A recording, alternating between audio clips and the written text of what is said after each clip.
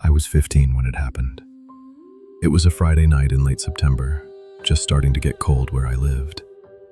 My parents went out to dinner with some family friends and said they wouldn't be home until late. I had the house to myself, so I invited over my neighbor and best friend, Chris. He was the same age as me and lived across the street. We usually hung out in my basement, playing games or watching movies, but that night we got bored. At some point, Chris suggested playing hide and seek. It sounded dumb at first, but we'd played it before with a group, and it had been fun. The house was small, but it had a lot of places to hide, especially in the dark. We turned off most of the lights to make it scarier. The only light left on was in the kitchen. The rules were simple. No going outside, no attic or crawl space.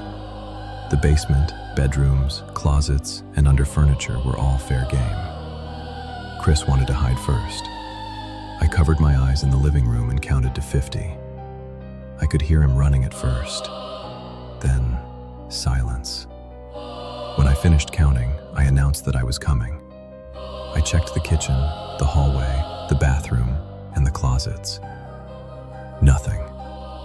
Upstairs, the floor creaked under every step, making me tense. I searched my parents' room, then my own. Still nothing. That left the guest room at the end of the hall. The door was cracked open. I pushed it slowly, expecting him to jump out and scare me, but the room was dark and quiet. I checked under the bed. Nothing. The closet was empty too. Eventually, I found him in the basement, curled up behind some boxes. We laughed and switched roles. This time, I hid under the guest bed, pulling the bed skirt down to cover myself. I lay there in the dark, heart racing, listening to his footsteps as he searched the house. He came into the guest room. He stopped near the bed. I held my breath. Then, silence. I expected him to yank the bed skirt up, but instead, he walked out. After a few minutes, I crawled out and went downstairs. Chris wasn't there. I called out that the game was over. His voice answered from the basement, saying he was still looking for me. That didn't make sense. When he came upstairs, confused, he said he could have sworn he heard someone breathing in the guest room. We played another round, but something felt wrong. Later, while sitting on the couch with the TV on, we heard a loud thud upstairs. Then footsteps. Slow footsteps, moving down the hallway.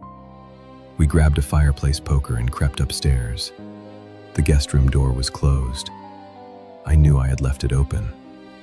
From behind the door came a dragging sound, like fabric sliding across carpet. I opened the door fast. The room was empty. Then we heard the front door open and close downstairs. We ran. Out the back door, across the street, straight to Chris's house. His parents called the police. They found nothing. No forced entry, no one hiding. But we knew what we heard. That was the last time I ever played hide and seek in a house. Today's top political story comes from the United States. President Donald Trump is once again making headlines following a series of major developments involving policy decisions, international diplomacy, and public controversy. Let's take a closer look. The first story involves a social media controversy. President Trump faced strong reactions online after a video shared on his social platform sparked widespread criticism.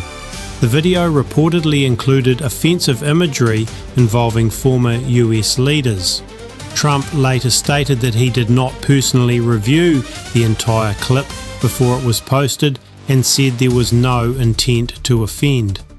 While critics continue to demand accountability, supporters argue the issue is being blown out of proportion. Next, a major policy change affecting the environment and local industries. The Trump administration has officially reopened a previously protected marine area off the northeastern US coast to commercial fishing. The White House says the move is meant to support fishing communities and strengthen the economy. Environmental organisations, however, warn that reopening the area could cause long-term damage to fragile ocean ecosystems. In economic news, President Trump has approved an expansion of low-tariff beef imports. The administration says this decision is intended to reduce rising food prices and improve supply for American consumers. While shoppers may benefit, some US cattle farmers have expressed concern, saying increased imports could hurt domestic producers. On the international stage, President Trump has announced plans for the first meeting of a newly formed global peace initiative. The meeting, scheduled to take place in Washington, aims to focus on conflict resolution and post-war rebuilding efforts in troubled regions. Reactions from international leaders have been mixed, with cautious optimism from some and skepticism from others. Meanwhile, Trump says diplomatic talks involving Russia and Ukraine are showing signs of progress. According to the president, discussions have been productive, though major disagreements remain unresolved. A limited prisoner exchange is reportedly part of the ongoing negotiations. As these developments unfold, President Trump continues to prepare for meetings with several world leaders in the coming weeks, signalling ongoing US engagement in global affairs. That concludes today's update. For more breaking news and political analysis, stay tuned, and thank you for listening. I never believed in ghosts, not even a little. I believed in stress, in exhaustion, in the way your brain fills silence when you're too tired to think straight. That's what I told myself the first night I heard my name. It was 2:17 a.m. I know the exact time because I checked my phone. Twice. My baby monitor crackled softly on the nightstand. White noise, static, the usual.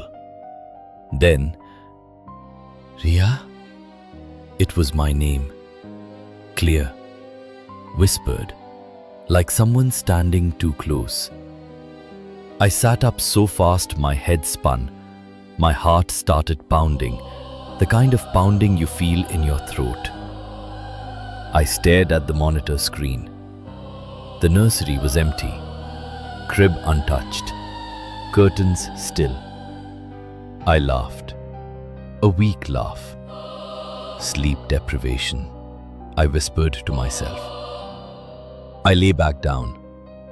5 minutes later, Ria, come here. My stomach dropped. That wasn't imagination. That was a sentence. I grabbed the monitor with shaking hands and turned the volume all the way up. Silence. Then, why won't you come? The voice sounded like me. Not exactly, but close enough that my skin broke out in goosebumps. I stood up. I told myself one thing as I walked down the hallway. Whatever this is, it's not real. The nursery door was already open. I never leave it open. The room smelled wrong, cold, stale, like a place that hasn't been used in years. The crib was still empty. Then I heard breathing. Not a baby's breathing. Slow, adult, right behind me. I turned. Nothing. The baby monitor, still in my hand, suddenly lit up. On the screen, I was standing in the nursery. From behind. The version of me on the screen tilted her head and smiled. The monitor speaker crackled again. This is where you disappear. The lights went out. When I woke up, I was in my bed. Morning light. Birds outside. The monitor sat quietly on the nightstand. I told myself it was a dream until I checked the footage. There was a recording saved at 2:17 a.m. The video shows the nursery empty. Then the door slowly opens and something walks in wearing my face. The video ends with one sentence of audio. I stayed. I don't use the baby monitor anymore. But sometimes, when the house is quiet, I hear breathing. And it's coming from inside my room. They say technology connects us to the people we love, but sometimes it connects us to the people who should never speak again. This story happened in rural Pennsylvania in the fall of 2019, and it started with a voicemail that should not have existed. Emily Carter was 26 years old when she moved into her late grandmother's house. The house sat alone at the edge of a forest. No neighbors, no streetlights, just trees and silence. Her grandmother, Margaret Carter, had died 6 months earlier. Natural causes, peacefully. At least, that's what Emily was told. On her first night there, Emily felt something was wrong. The house felt occupied, not by people, but by memories that refused to leave. 2:17 a.m., Emily's phone buzzed. One new voicemail. The number had no caller ID, no timestamp, just audio. Emily, sweetheart, why are you in my house? Emily's blood turned cold. The voice was unmistakable. It was her grandmother. Margaret Carter had been dead for 6 months. Emily convinced herself it was a glitch, maybe an old recording, maybe a prank. But something bothered her. The voicemail mentioned the house, and Emily had never told anyone she was moving in. That night, Emily slept with her bedroom door locked and the lights on. The second voicemail came the next night, 2:17 a.m. exactly. You're not supposed to be there. That room isn't safe. Emily sat frozen in bed because she was sleeping in the same room where her grandmother had died. The next morning, Emily searched the house. In the basement, behind a shelf, she found something disturbing. Old cassette tapes, dozens of them, each labeled with dates and names. Some of the names were crossed out. Her grandmother's name was written on the last tape. That night, Emily didn't sleep. She waited. 2:17 a.m. Emily, listen carefully. I didn't die in this house. Something else lives here. It learns voices. It's standing behind you. Emily's phone was found the next morning, still recording. Emily herself was never seen again. Police ruled it a disappearance, but weeks later, the new homeowner received a voicemail. Why are you in my house? Some houses don't trap people. They collect voices. And once it learns yours, you never leave. Some sounds are not meant to be followed. Some voices are not meant to be answered. Ethan, are you awake? Ethan, I hear someone walking. Lucy, Did you hear that? don't turn around.